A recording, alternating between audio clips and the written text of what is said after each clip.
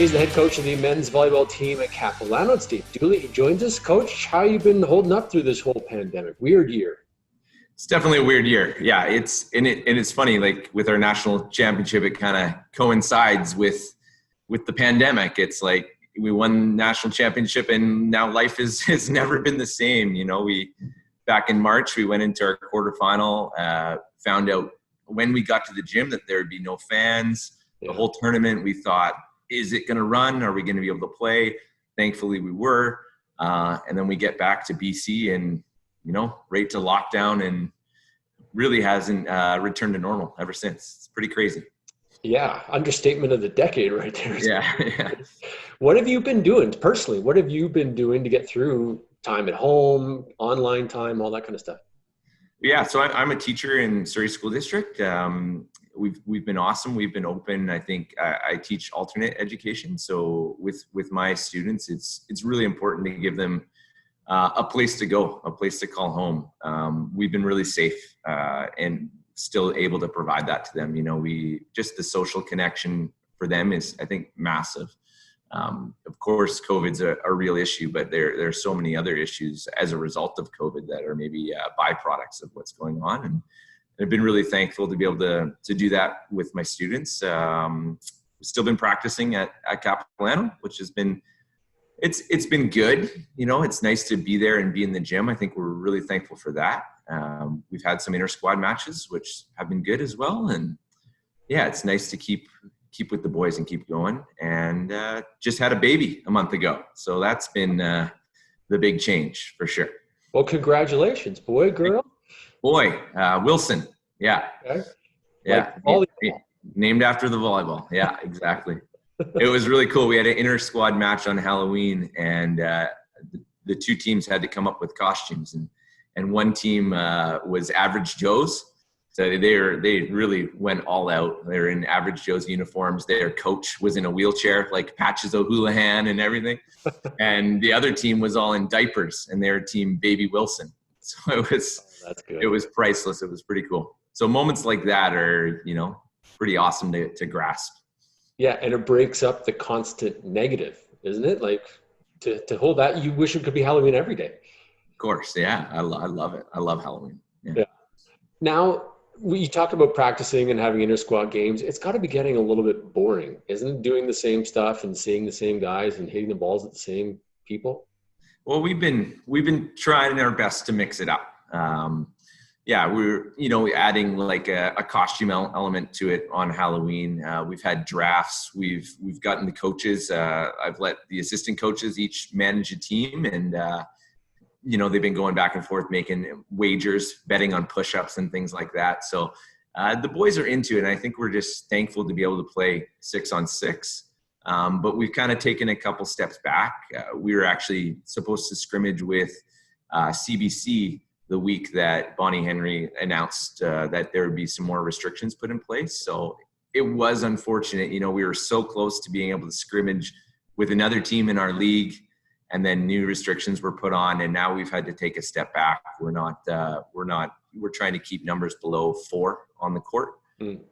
So yeah, that's been a little unfortunate, but again, my message to the guys is there's so many negatives with COVID, and we can focus on those negatives, or we can choose to focus on the positives, and we still get to go in the gym. We still get to be together, which socially right now, not a lot of people are getting that. So we have a lot of benefits through this situation, and let's focus on the positives as much as we can. Yeah, that's a great point. Great message to your players. Now that the season's canceled, no real surprise that it was canceled, but now what? As a coach, what do you do with your players? Is it just continuously getting in the gym when you can and restrictions are let up again with more players in there? Is that all you can do? Yeah, I mean, we're definitely reevaluating things. With no season, it gives us an opportunity to really focus on other things, like obviously classroom. Guys are hopefully really diving into their schoolwork. Hopefully they're really putting in some work in the gym, which might be a challenge if the gyms aren't open, but at least doing some body weight work, focusing on some of those nagging injuries and rehabilitating those.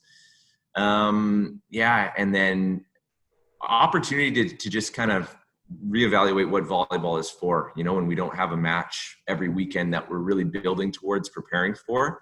I'm kind of taking it from the point of view that this is just a really great opportunity to be together, be social, have fun. So we're kind of taking a step back in terms of, let's revisit why we're playing volleyball, and let's make this about fun and being together and all those sorts of things. I guess it gives you a chance too to invite other players in from high school. I don't know if you can, but can you invite players in to see what they're made of and try to fill shoes of the guy that Simon Friesen is gone after graduation, trying to find a replacement? Yeah, I mean, you're never going to replace a Simon Friesen or a Ben Friesen. You know, those guys are pretty amazing. Or Marcus Bratsberg, who's gone to UBC. Mm-hmm. But yeah, we have new young guys coming in for sure.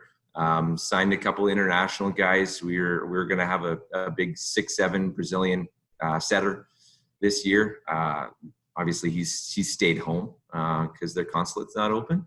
But yeah, it is. I think the biggest thing us coaches in PACWEST are really talking about is again, COVID, and we're so tunnel vision and focused on this and being safe through this, but we're maybe not necessarily seeing the trickle down effect. You know, how does it affect the mental health of people and our athletes? How does it affect the recruiting class? None of our athletes are using eligibility, so. What happens to those people? We have less turnover with my roster this year. That means less recruits that I need to bring in. Same with other coaches. It's really going to be interesting how it affects this grad class and even, you know, the next grad class and how we go from there. Mm-hmm. You know, we can't bring them in. We can't really see what they're made out of. The video we get from recruits is, you know, a year and a half old. How much have they changed since then? So yeah, it's really interesting year for sure. These kids can go through growth spurts in that year and a half, right? Growth spurts, yeah. Their bodies are developing. At the same time, you know, you have two different kids. You have kids who take COVID and lockdown and everything like that as an opportunity to, okay, I've got all this time to build up my body and get stronger.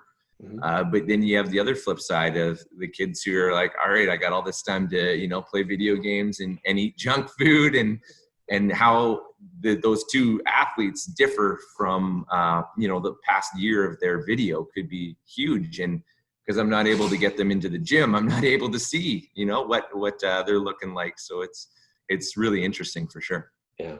You know, with this year off, you're still defending champs right now. Well, that's what I hope we get another banner for this year. Yeah.